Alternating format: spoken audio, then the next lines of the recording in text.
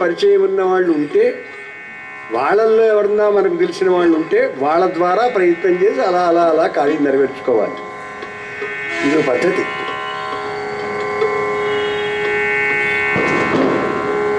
మనకు మద్రాసులో ఉన్నటువంటి ఓ పెద్ద గాయకుడి కచేరీ కావాలి. మనం ఎక్కువ డబ్బు ఇవ్వకూడదు. ఎలాగా? ఓహో,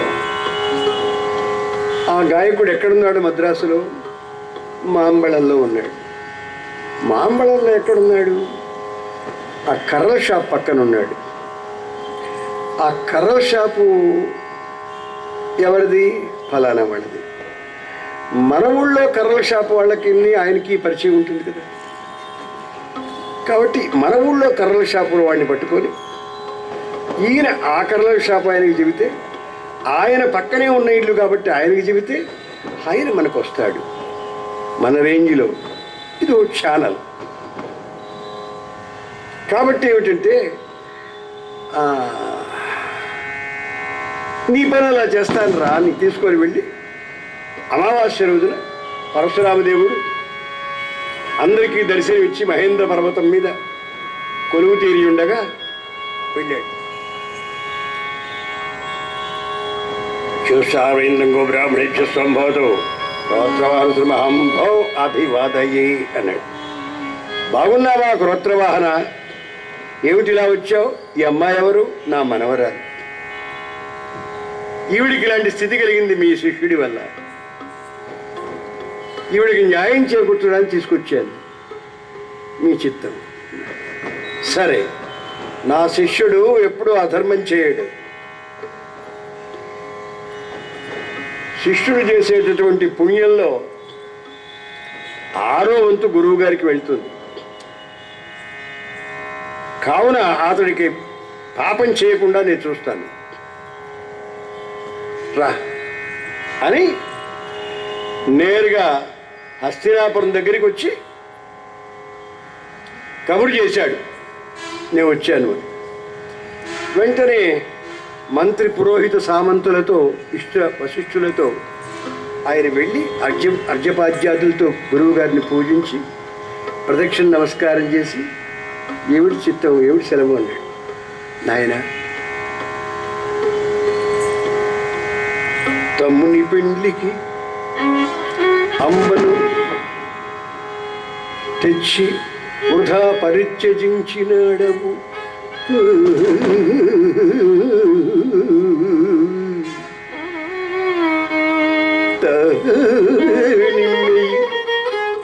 అనాథు నన్ను ఆశ్రయించి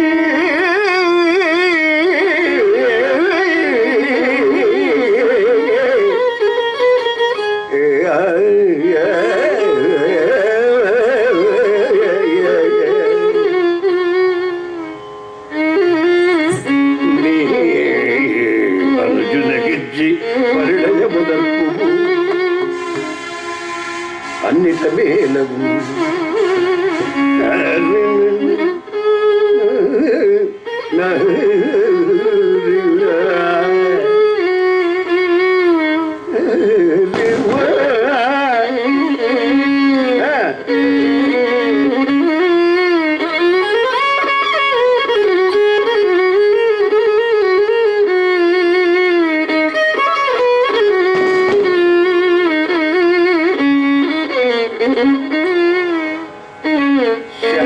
చాలా మంచి రాగం, మీకు తెలిసిందే. కోడల రాగం అని కూడా అంటారు కొంతమంది. అంటే శాంతంగా ఉంటుంది. అత్తగారు ఏం చెప్పినా సరే.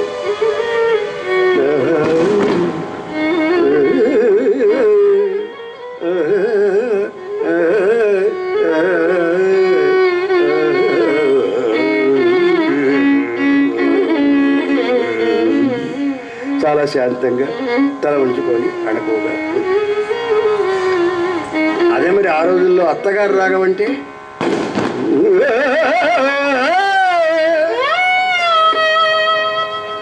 శ్రీరాగం అంట. అందుచేత తమ్ముని పెళ్లికి అమ్మరు ఈ తమ్ముడికి పెళ్లి అంటే ఆయన అన్నారు, గాంగేయుల వారు, తెలియని దేవుందది సర్వజ్ఞులు కలిదరు గురువర్యులు తమకు తెలియని దేవుందది.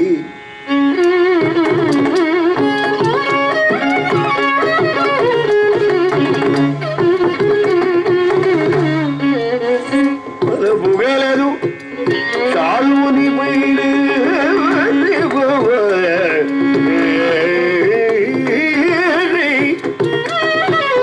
తనకు వలపుగలదు సాల్వుని పైన పరిచి చూచి నీడలియని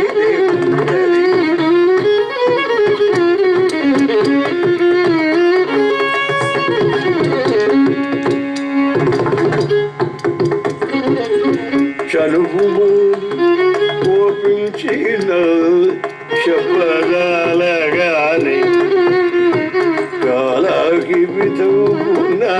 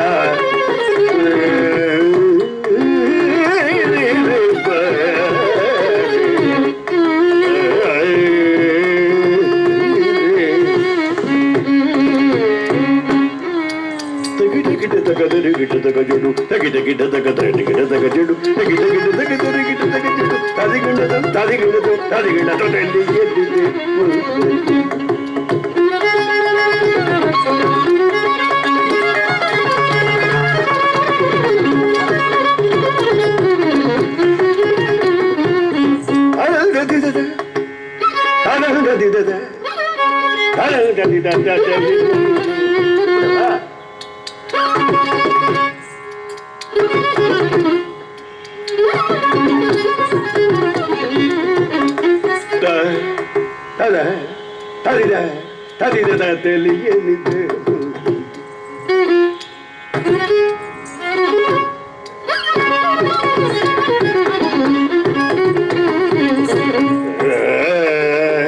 తరువారి పొంగినని చెప్పదో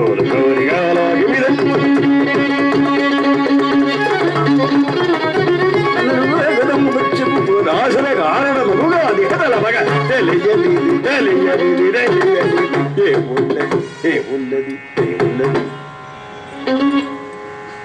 తమకు తెలియందే ఉందండి. సర్వజ్ఞులు తనకు సాలుడి మీద వలపుందంటే వెళ్ళమన్నాను. నా ఎందు చనువుగా మీ పుత్రుని కాబట్టి శిష్యవాత్సల్యంతో పుత్రవాత్సల్యంతో తమరు కోపిస్తే చెప్పలేను. కానీ అననురాగ దాంపత్యము కుల నాశన కారణమగుగాదే తలపగా. అననురాగ దాంపత్యం కులనాశన కారణం కదా, తమరికి తెలియందే ఉంది అన్నాడు. ఆయన అన్నాడప్పుడు పరశురామదేవుడు, ఈ వనితాలలామయడ ఇంచుక లోపము కలగబట్టియే ఈ విషయము మా వరకు వచ్చుట, మేము చెప్పుట, నీవు ధృవీకరించుట. అంత మాత్రమునకీమెను అధోగతి పాలు చేతువే, అంత మాత్రం చేత మీరు అధోగతి పాలు చేస్తా ఉంటారా? నువ్వు ఈవిడికి నీ తమ్ముడికి పెళ్లి చేయకపోతే, ఇంకెవరు చేసుకోకపోతే, ఎవ్వర మదంలో ఈవిడేదైనా అకృత్యం చేస్తే, ఎవరన్నా చేయిస్తే ఆ పాపం నీకొస్తుంది. నన్ను గురువు అంటున్నావు కాబట్టి కొంత నాకొస్తుంది, అందుకే చెబుతున్నా అని. అంటే మీరెన్ని చెప్పినా నేను మాత్రం ఈ అధర్మం చేయలేను. అలాగా అంటే యుద్ధం చేయతో యుద్ధంలో నేను ఓడించైనా ఆ పని చేస్తాను. ఆయన అన్నాడు,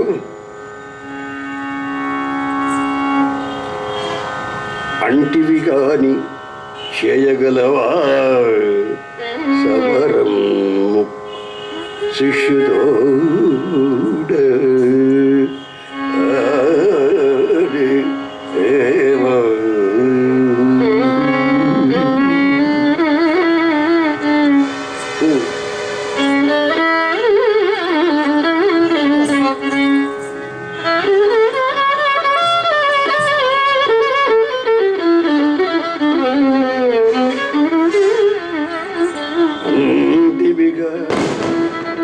చేయగలవా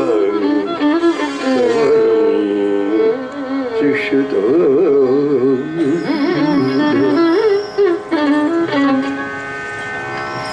ముగ్గంటికి సాటి వచ్చు మునగాడు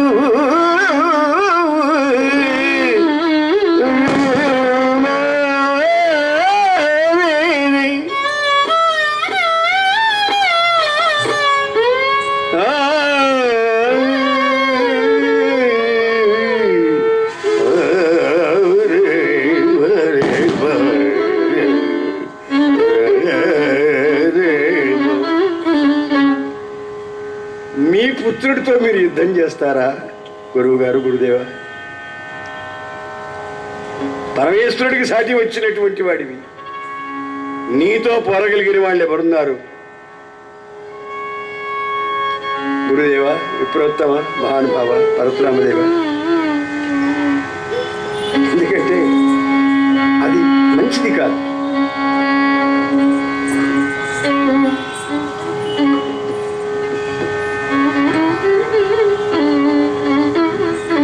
అది మంచిది కాదు. ఎందుకంటే మీకుతో యుద్ధం చేసి నేను ఓడిపోయినానంటే నాకేం బాధలేదు. కానీ ఒకవేళ మీ అనుగ్రహంతో నేనే జయించాననుకోండి, అది మీకు చాలా అప్రతిష్ట. మీరు అప్రతిష్టతో బాధపడుతుంటే నేను బాధపడలేను. అంటే దయచేసి నాతో యుద్ధం చేస్తానని అనొద్దు అన్నాడు. అంటే ఆయన అన్నాడు, ఈ సమర్థింపులకే చేస్తావా లేదు తమ్ముడికి చెయ్యను, అంటే యుద్ధం చేయి 23 సార్లు.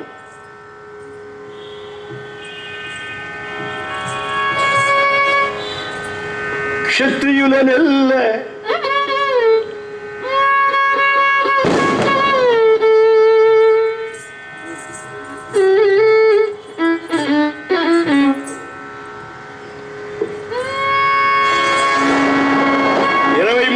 క్షత్రియులు జయించాను. ఎందుకు లేని ఊరుకున్నాను, ఓడిపోయిన వాళ్ళ కింద లెక్కేసుకొని. చెనటివై వడలు రగులు చేసేది మరలా కోపం తెప్పిస్తున్నావు అన్నాడు. పరశురామదేవుడు తండ్రిని, జమదగ్ని మహర్షుల వారిని, కార్తవీర్యార్జునుడు అనేటటువంటి గర్విష్టి అవమానిస్తే, ఆయన కొడుకులు వచ్చి తపోధనుడుగా ఉండి తపస్సు చేసుకుంటున్న జమదగ్నిని సంహరిస్తే, అప్పుడు ఎక్కడో ఉన్నటువంటి పరశురామదేవుల వారు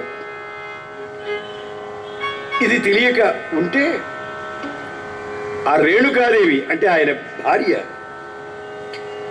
రామా నీ తండ్రిని ఇలా చేశారు, రామా రామా రామా రామా రామా అని 23 సార్లు కొట్టుకున్నది ఇలా.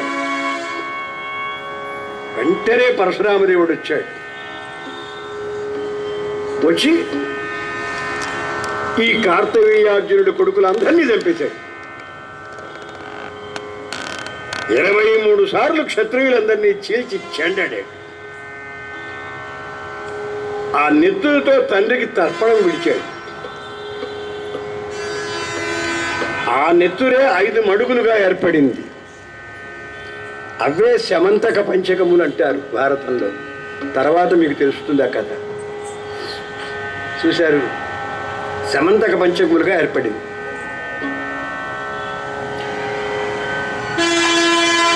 అప్పుడు విరక్తి కలిగి దత్తాత్రేయుల వారిని ఆశ్రయించి శాంతి పొందాడు ఆయన. ఇది కథ. ఇప్పుడు మళ్ళీ నాకు ఒళ్ళు మండేట్ చేస్తున్నావు అన్నాడు. అంటే అప్పుడు వినయంతో గాంగేయుడు అన్నాడు, అయ్యా అంటివి గాని చేయగలవా సబలం కుమారుడే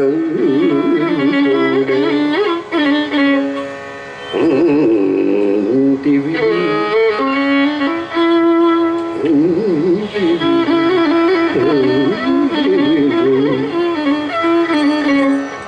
అన్నావు కానీ నాతో యుద్ధం మీరు చేస్తారా గురువు గారు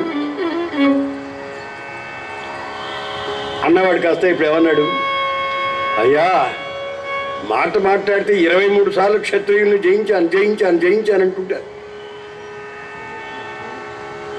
దశరథ మహారాజు వారి దగ్గరికి వెళ్ళేవట ఈ పరశురామదేవుడు గండ్రగొడ్డలు పట్టుకొనిట్టట. ఆయన ఒక మాట అన్నాడు, ఎవరైతే పెళ్లి చేసుకొని పసుపు గుడ్డలతో ఉంటారో వాళ్ళని మాత్రం చంపను, మిగతా వాళ్ళని వదిలిపెట్టినాడు. దశరథ మహారాజుల వారు ఊరి బయట 4 వైపులా కొంతమందిని పెట్టేట. పరశురామ వారు ఎప్పుడు వస్తున్నారో ఆ జాడ చెప్పండి రాని.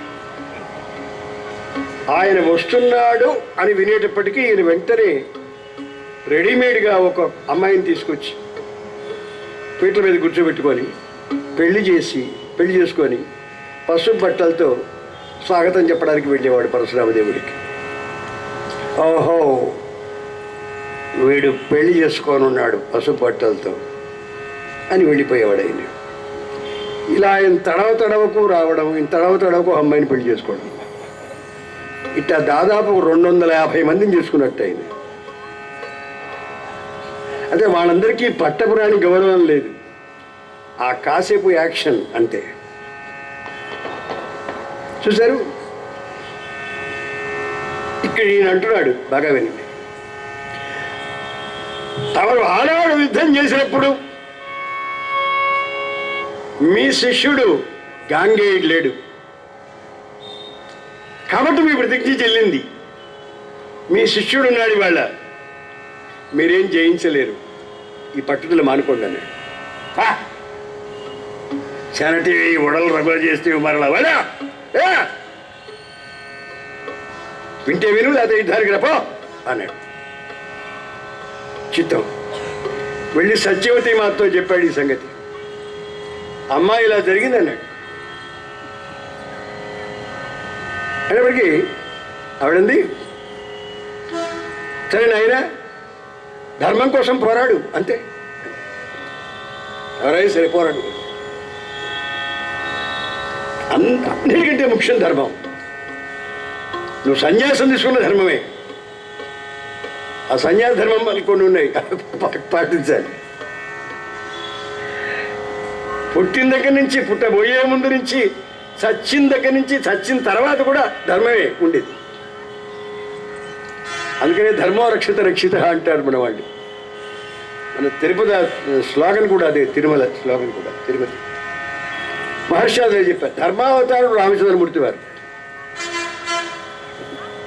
అందుకని రామో విగ్రహవాన్ ధర్మ.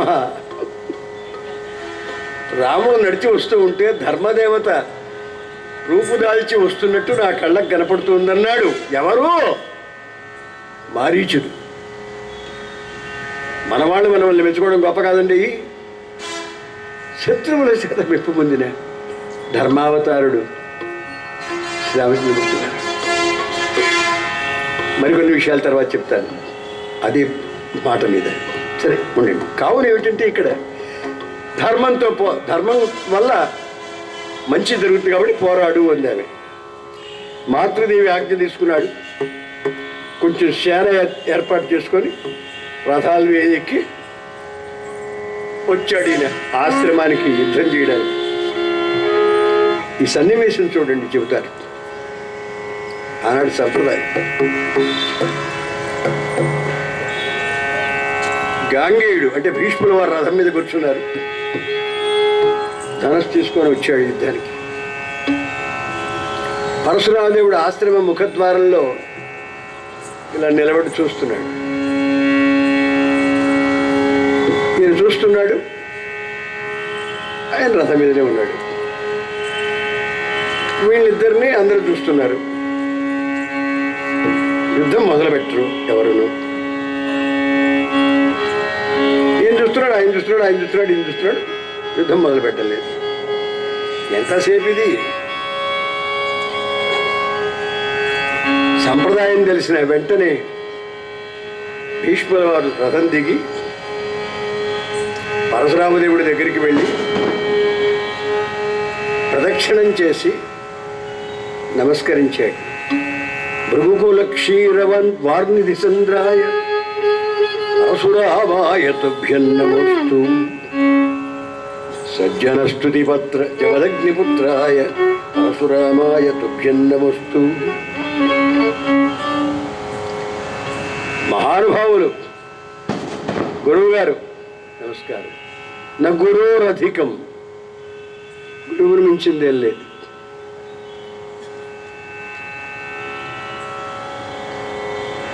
త్రిమూర్తులకు ఈశ్వరుడి కోపం వస్తే నిన్ను రక్షించడానికి నీ గురువు గారు ఉన్నారా, పర్వాలేదు.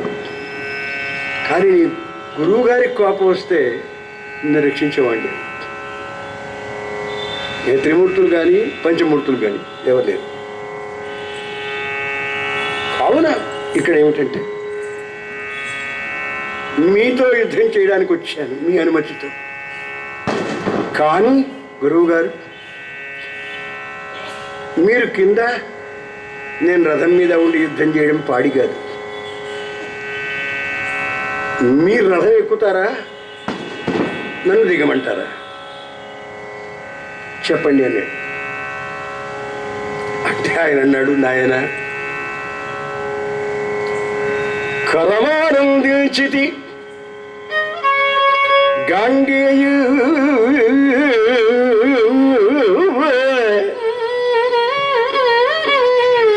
భువనత్రయ గేయ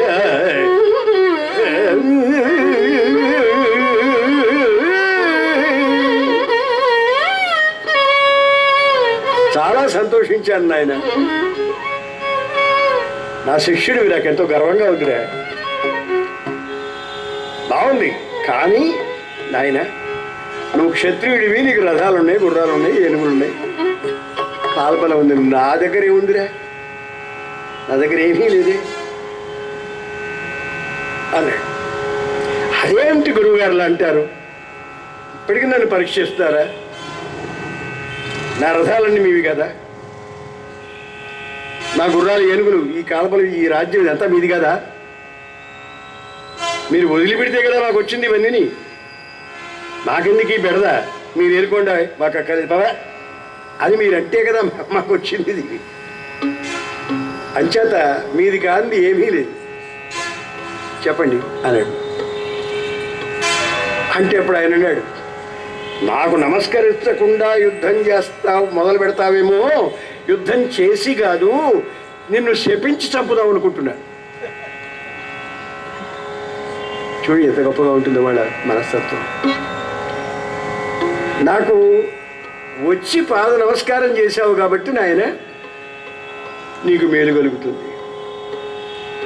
అలాగే నువ్వు చెప్పినట్టు రథం ఎక్కుతా అని ఆయన కూడా ఓ రథం ఎక్కాడు. అకృతప్పవనుడు అనేటటువంటి ఓ ఋషిని సారథిగా చేసుకున్నాడు. యుద్ధం ప్రారంభించారు. మళ్ళీ యుద్ధం ప్రారంభిస్తే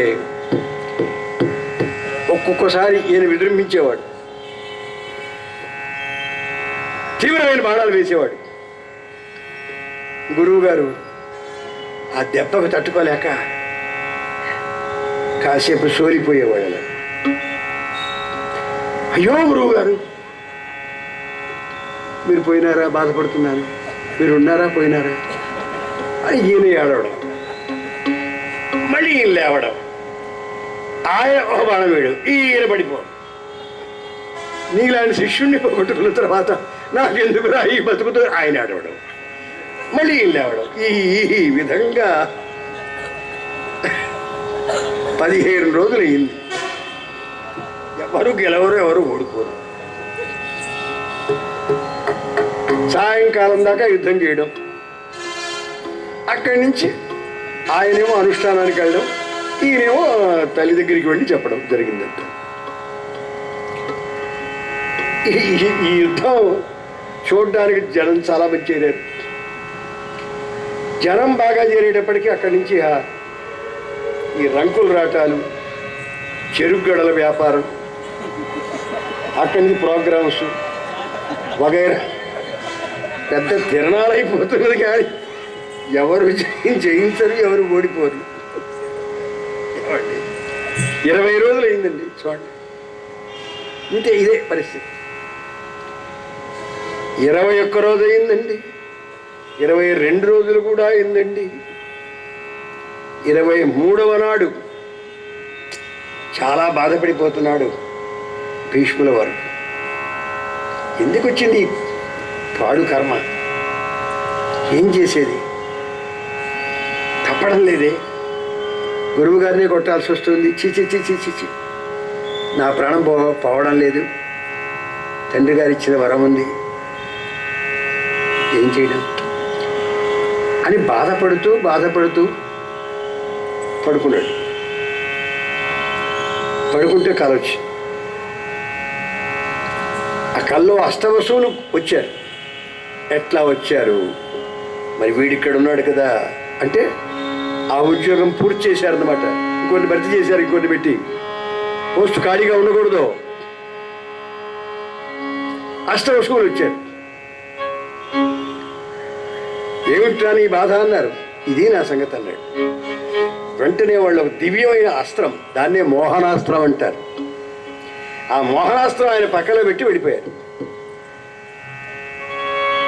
దీంతో జయించు మీ గురువు గారిని, మీ గురువు గారు దీనికి ఉపసంహరించడం, దీన్ని ఉపసంహరించడం తెలియనివాడు అన్నాడు.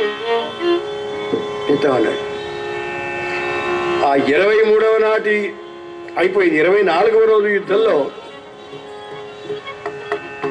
తీవ్రంగా యుద్ధం జరిగేటప్పుడు ఈ మోహనాస్త్రం తీశాడు. గాంగేయుడు వేద్దాం అనుకున్నాడు. అనుకునేటప్పటికీ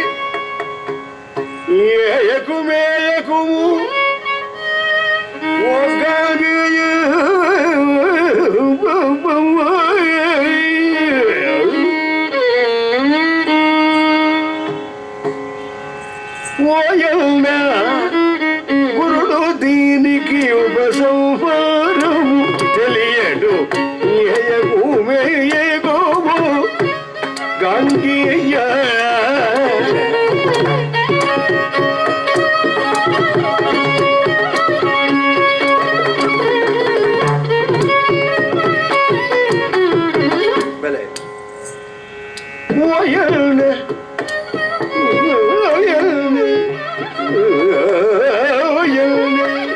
దీనికి గురుడు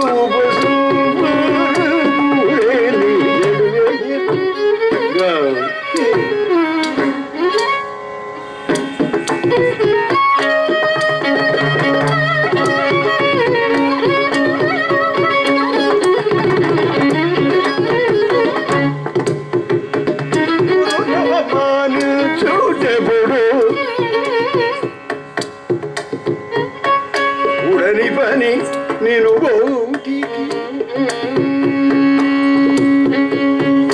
ఉడని పని కూడని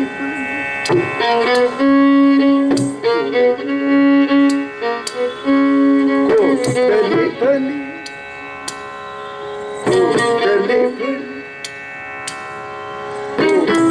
పని నిన్ను గోటికి కూడని పని పని నిన్ను గోటికి కూడని పని నిన్ను కూడని పని నిన్ను గోటికి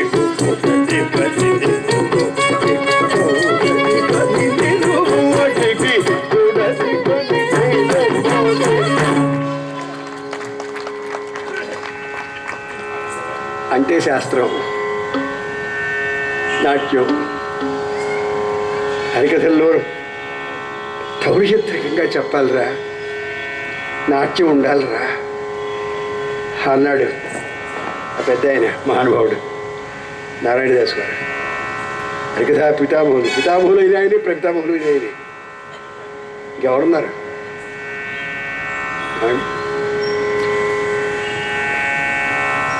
ఎందుకంటే మరోసారి చెప్తాను వివరణ.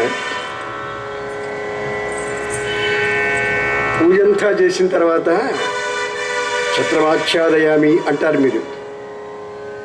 పునఃపూజ చేస్తారు, ఛత్రం చామరం విజయామి వీస్తారు, నృత్యం దర్శయామి అంటారు. కానీ మరి సూర్యనారాయణ గారు ఎగురుతాడా? ఎగరడు. సూర్యనారాయణ శాస్త్రి గారు ఎగిరిస్తారు కానీ ఆయన ఎగట్టుగా. అదే వాద్యం ఘోషయామి అంటారు కానీ ఆయన వాయించడుగా. గీతం శ్రావయామి అంటారు, ఆయన పాడతారు కానీ వాయించరుగా, పాటరుగా. ఈ మూడు చేయాలంటే వారికది చెప్పాలి, వారికది కూడా ఉండాలి. ఎందుకంటే గానంతో, నృత్యంతో, సాహిత్యంతో స్వామిని సేవించడం. కాబట్టి ఏంటంటే నాట్యం ఉండాలన్నారు.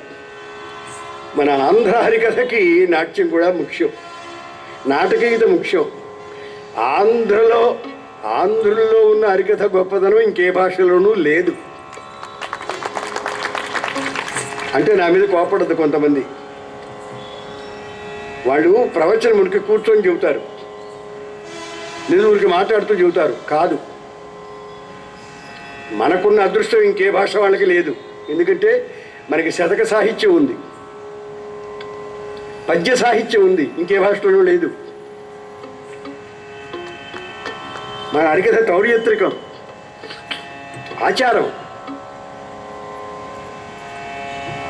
ఈ పట్టుబడులు కట్టుకోవడం దేనికి? అలంకారం కోసం కాదు, మడి కట్టుకుని చూద్దాం. దీనికి ఆద్యుడు నారద భగవాన్. సరే, మరోసారి చూతాను కొన్ని మనకు కావాలి. ఏమిటంటే పెద్దలారా, మనకి మనమే సాటి ఈ విషయంలో. కాలక్రమేణా పుణ్యం బాగా ఉండడం చేత కొన్ని అవలక్షణాలు కూడా లక్షణంగా శోభిస్తున్నాయి. చాలామంది గజ్జె కట్టుకోరు, అయినా వాళ్ళకి ఎన్నో పురస్కారాలు, ఎన్నో బిరుదులు, సత్కారాలు, విదేశ గమనాలు, ఇంకోటి ఎన్నో ఉంటాయి. సంప్రదాయం అంటే కాదు, యథార్థం చెప్పాల్సి వస్తే. అయినా పుణ్య విశేషం వల్ల అన్నీ శోభిస్తాయి. అందుచేత గురురవమానించుట కూడని పని నీ బోటికి వెయ్యొద్దు, ఆ మోహనాస్త్రం వెయ్యొద్దు అని దేవతలంతా అరుస్తున్నారు పైనుంచి. ఏమండి, ఈయనకు పట్టుదల ఎక్కువైపోయింది. గురుడు అపగేయుడు గుర్తులాడనన్న పేరు రానే వచ్చే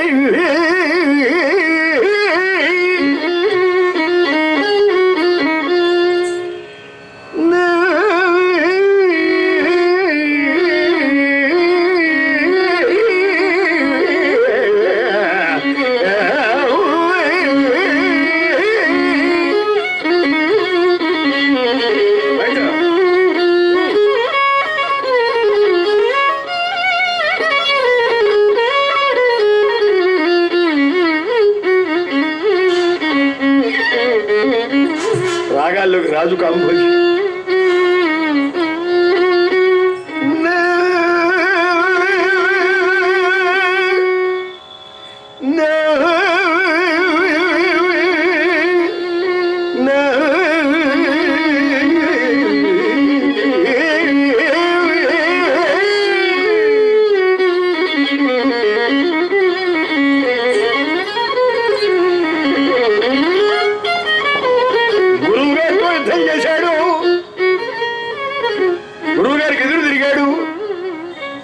గురు ధిక్కారం చేశాడు అనే పేరు రానే వచ్చింది నాకు. ఏమైనా గురువు గారు నాకు లొంగాలి, లేకపోతే నేను ఆయన చేతిలో చావాలి, వేసేస్తాను అని. ఏం చేయాలి? అప్పుడు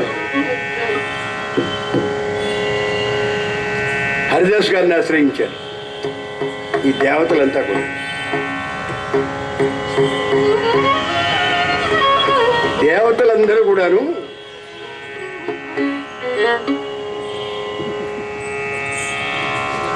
ఈ నారద మహర్షుల వారిని ఆశ్రయించారు. అయ్యా అయ్యా మీరే చూడాలన్నారు.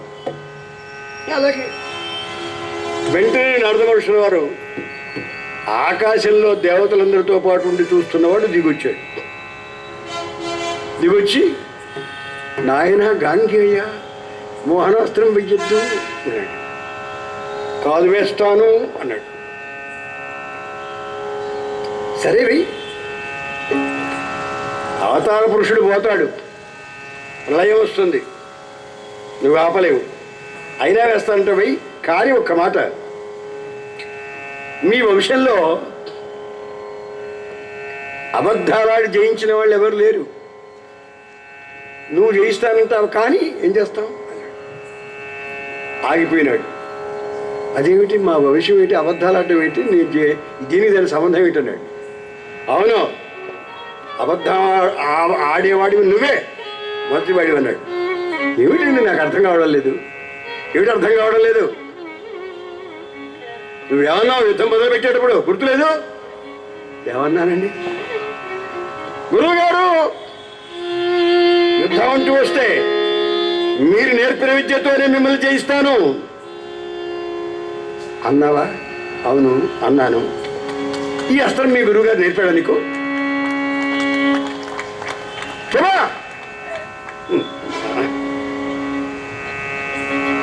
తగ్గిపోయాడు. ఏదైనా సరే అనృతం మాత్రం వాడను, అబద్ధం చెప్పను అన్నాను. నిజమే, వెయ్యను. నారాయణదాస్ గారి జీవితం అంతా రెండే పాటించాడు. ఏమిటి? అహింస, అబద్ధం ఆడకపోవడం. ఈ రెండే ఆయన జీవితం అంతా పాటించాడు. ఏ రాజ్యసభకి వెళ్ళినా, ఏ పండితుడితో మాట్లాడినా, ఏ స్థితిలో కూడా ఆయన అబద్ధం ఆడలేదు, హింసించలేదు ఎవరిని. చూశారు, అహింస. అందుకని చెప్పులు వేసుకోలేదు ఆయన,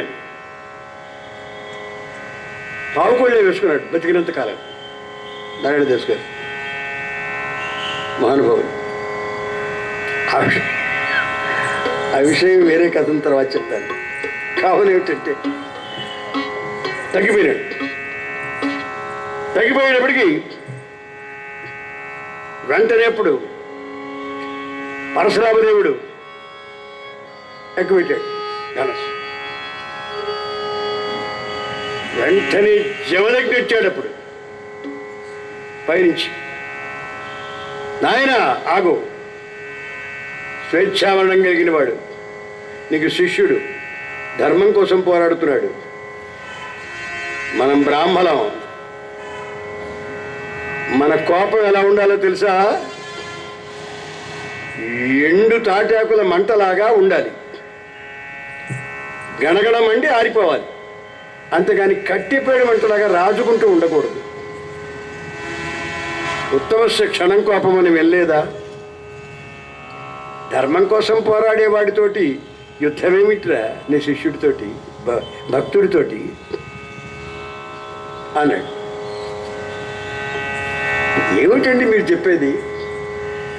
ఇప్పుడు జమదగ్ని పోతే కదా ఆ బాధతో ఈయన క్షత్రియులందరినీ జయించాడు. ఇప్పుడు ఆయన రావడం ఏమిటి అంటే, వాళ్ళు కీర్తి దేహం కలిగి ఉంటారు. ఎప్పుడు ఎక్కడ కావాలంటే అక్కడ వెళ్ళి కనపడగలరు. వాళ్ళకి ఆ శక్తి ఉంటుంది. రావణ సంహారం అయిన తర్వాత దశరథ మహారాజు గారు వచ్చి కనపడ్డాడు రామచంద్రమూర్తి వారికి. దేవతలందరూ వచ్చారు, అందరితో పాటు ఆయన కూడా వచ్చాడు. అయ్యా, శ్రీరామచంద్రమూర్తి వారు నమస్కరించి, తండ్రి తమరు పోయినప్పుడు నేను లేని దగ్గర, అయినా నాకు తోచింది ఏదో చేశాను, చేతయింది. మీకు ఉత్తమ లోకాల్లో పుణ్యలోకాల్లో మీరు సుఖంగా ఉన్నారా? చెప్పండి, నమస్కారం అన్నాడు. అంటే ఇప్పుడు ఆయన అన్నాడు, నాయన రామ, రఘురామ, కోదండరామ, సీతారామ, నీ అంత వాడిని తండ్రిగా, నీ అంత వాడికి తండ్రి అయినప్పుడే, నీ వంటి వాడిని పుత్రుడిగా పొందినప్పుడే నాకు రావాల్సిన లోకాలన్నీ వచ్చేసాయి నాయన. చాలా ఆనందంగా ఉంది. ఎందుకంటే దశరథుడు శ్రీరామ రామాని పిలువగా తపమేమి చేశాను అన్నాడు కదా. అంచేత నాకు చాలా ఆనందంగా ఉంది. నాకు ఏ లోపం లేదు. ఏ లోకంలో ఎంత హాయిగా ఉన్నా కూడా నీ దగ్గర ఉన్న ఆనందం నాకు కలగడం లేదురా. అందుకే వచ్చాను నేను చూద్దామని అన్నారు ఆయన. అలా ఎప్పుడో పోయింది దశరథ మహారాజు. మరి అప్పుడు ఎలా వచ్చాడు? షికాగోలో మన వివేకానంద స్వామి వారికి ఏదో వికారం కలిగి, గురువుగారు ఇది తప్పని తెలుసు, అయినా నేను తట్టుకోలేకపోతున్నాను, తమరే రక్షించాలి అని అలా మేడ ఎక్కుతూ ఉంటే ఆ మలుపులో రామకృష్ణ పరమహంస గారు కనపడ్డారు. చూడండి, ఏమిటి వికారం? సర్వం కవిదం బ్రహ్మాన్ని ఆరూఢం కాలేదా? ఎందుకు? ఎవరు? నువ్వెవరు? ఏమిటిది? గుర్తులేదు అని వీపు మీద ఇట్లా అన్నట్ట. ఆయనకి ఆ వికారం తగ్గిపోయి కిందికి వచ్చి మళ్ళీ వికారం కలగలేదు. మరి ఇక్కడెక్కడో ఇండియాలో పోయినటువంటి రామకృష్ణ పరమహంస గారు సిద్ధి పొందిన వాడు అమెరికాలో ఎగలా కనపడ్డాడండి అంటే వాళ్ళ సర్వవ్యాపకత్వం ఉంటుంది. ప్రతి అణువులో ఉంటారు వాళ్ళు. వాళ్ళ సంకల్పంతో ఎక్కడ పడితే అక్కడ వాళ్ళు కనపడగలరు. అలాగే సిరియాళ కథ మనకు చెబుతుంది, భక్త సిరియాళ కథ. అది కావున ఏమిటంటే జమదగ్ని అక్కడికి వచ్చి మనం తాపసులం, మనకి కోపం ఏమిట్రా, నీ శిష్యుడు అంటున్నాడు, క్షమించు అన్నాడు. పాదాల మీద పడ్డాడు వచ్చి గాంగేయుడు భీష్ముడు వారు, గురువు గారు క్షమించండి అని కన్నీటితో పాదాలు కడుగుతూ ఉంటే, నాయన ఏదో ప్రజ్ఞ కోసం పాకులాడాను, ఆశ్రిత వత్సలత కోసం. చాలా సంతోషం రా, నన్ను జయించి గురువును ఉంచాడు, శిష్యుడు అనిపించుకున్నావు. నిజమైన గురువు గారు ఏమనుకుంటారంటే తాను సర్వాన్ జయతి, నే లోకాన్నే జయించాలి, నన్ను నా శిష్యుడు జయించాలనుకుంటాడు. అది గొప్ప గురువు లక్ష్యం.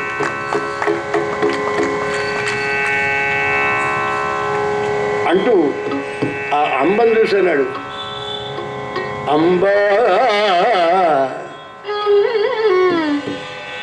వాడి మగండు వీని గెలువందర మేరికి కాదు, పోరాడితే శక్తికి మిగిలి ఓడిమి వచ్చెను ఏమి చేతు, నీ వేడకు వెళ్ళేదో అసలుకి వెళ్ళుము, నేనేం చేయలేనిక అంబా. చూశావు కదా నా ప్రయత్నం నేను చేశాను, నేను జయించలేకపోయాను, ఇక వాడేమో అలా అంటున్నాడు, నేనేం చేయలేనమ్మా, నీ ఇష్టం వచ్చినట్టు వెళ్ళి. వెంటనే ఆవిడంది, భీష్మ గురువు గారిని జయించాననే సంబరంతో నన్ను వదిలిపెడుతున్నావు కదూ, ఓ అపాయమ్మకు ఆడదాని ఉసురంటి నా గుర్తుపెట్టుకో, ఇంకో జన్మలో ఇంకో జన్మెత్తైనా సరే నేను చంపుతాను, నా పేరు అంబ అన్నది. పక్కన ఎవడో సేవకుడు అన్నాడు, జంబలకడి పంబ పోతులకడి వెళ్ళిపోయింది. ఆ వెళ్ళినటువంటి అంబ ఏం చేసింది అంటే అది తర్వాత వస్తుంది కదా. ఇక్కడ ఈ సంగతి వెళ్ళి చెప్పాడు, ఆమె సంతోషించింది. తర్వాత జరిగింది ఏమిటి అంటే, ఈ విచిత్ర వీరుడు అంబిక అంబాలికలతో అదే పనిగా సెలయేళ్ల దగ్గర, పొదలలో, ఉద్యానవనాల్లో, అంతఃపురంలో ఎక్కడ పడితే అక్కడ కాముక వ్యాపారం ఎక్కువైపోయింది. ఎంతసేపు ఈ మగువ మదిర ఎక్కువైపోయింది. దాంతో ఏమైంది, క్షయరోగం వచ్చింది అతనికి. వచ్చినా ఈ వ్యసనం తగ్గలేదు, ఎక్కువైంది. కలువరు పాడున కలయను కొలదు కళానేమోదు కాదు సఖ కల నిజమేదు నీవని నేనని తెలిసి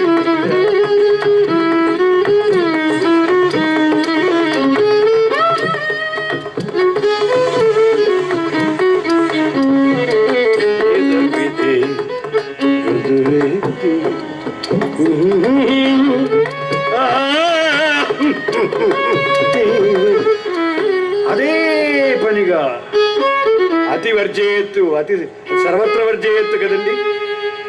ఒక్క భగవన్నామం చేయడంలో తప్ప దేంట్లోనూ అతి పనికిరాదు. క్షయరోగం ఎక్కువైపోయింది, వ్యసనం ఎక్కువైపోయింది. కలస పెద్దల విచిత్ర వీర్యుడు, పెద్దల్లో కలిశాడు, విచిత్ర విడిపోయినాడు.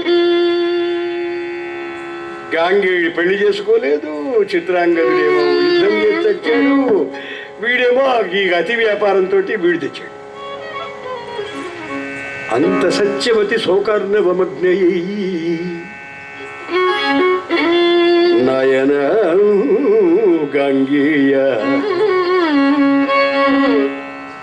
అరాచకం వస్తుంది ప్రభుత్వం లేకపోతే, ప్రభువు లేకపోతే. కాబట్టి నువ్వు వివాహం చేసుకో అంది. అంటే ఆయన అన్నాడు, అగ్ని తేజస్సు తగ్గిన, సూర్యుడికి తేజస్సు తగ్గిన, భూమి గంధం అనేటటువంటి సహజత్వం వదిలిపెట్టిన, గంగ చల్లదనం వదిలిపెట్టిన, నేను మాత్రం ఈ వ్రతాన్ని తీసేసుకోలేను, ఈ వ్రతాన్ని పాటిస్తాను బ్రహ్మచర్యం అన్నాడు. మరి అయితే ఎలాగా, ఇప్పుడు వంశం లేదు కదా, ప్రభువు లేకపోతే అరాచకం కదా, ఎట్లా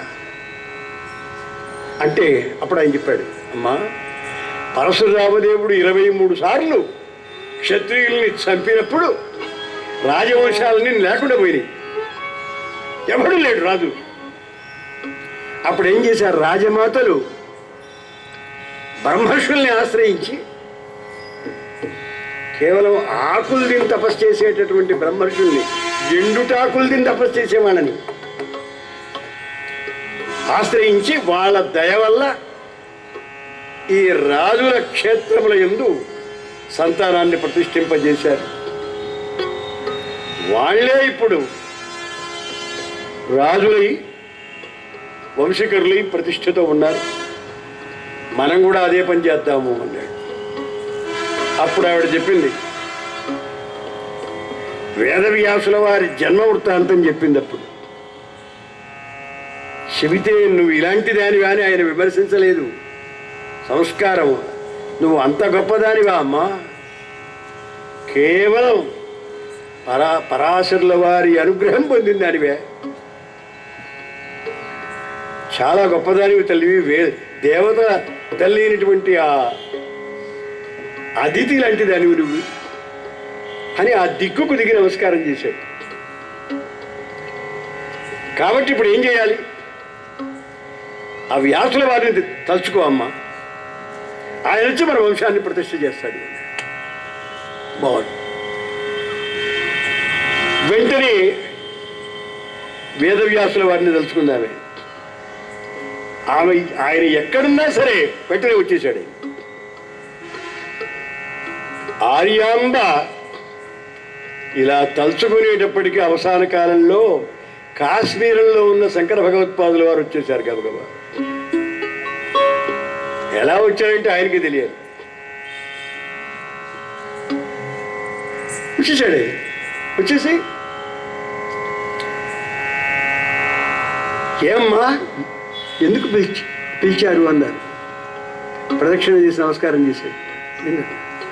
అక్కర కలిగి తలచితి అన్నా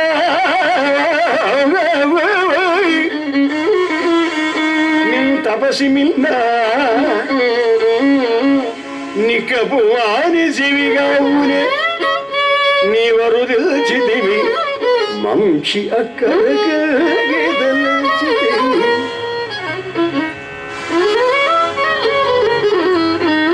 ఆ విధి గంధర్వ నిహతుడైచనే చిత్రాంగదుడు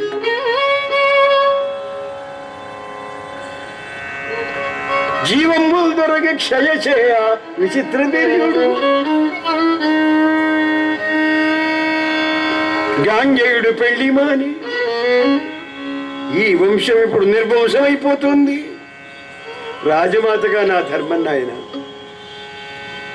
దేవరన్యాయ ప్రకారం నువ్వు అంబిక అంబాలికల యందు ఈ వంశాన్ని ఉద్ధరించు అంటే ఆయన అన్నాడు వ్యాసుల వారు, ఆకలములు గ్రసించుచు వనాంతర భూముల దుర్మదోంద్రియోద్రేకము రూపుమాపి నియతం విషయముల పంతబోక దూరీకృత పాపులు మునివరులకి తగులమ్ములేలా కాంత కనకాభిలాష జడదారులకు కడు దూరమమ్మరో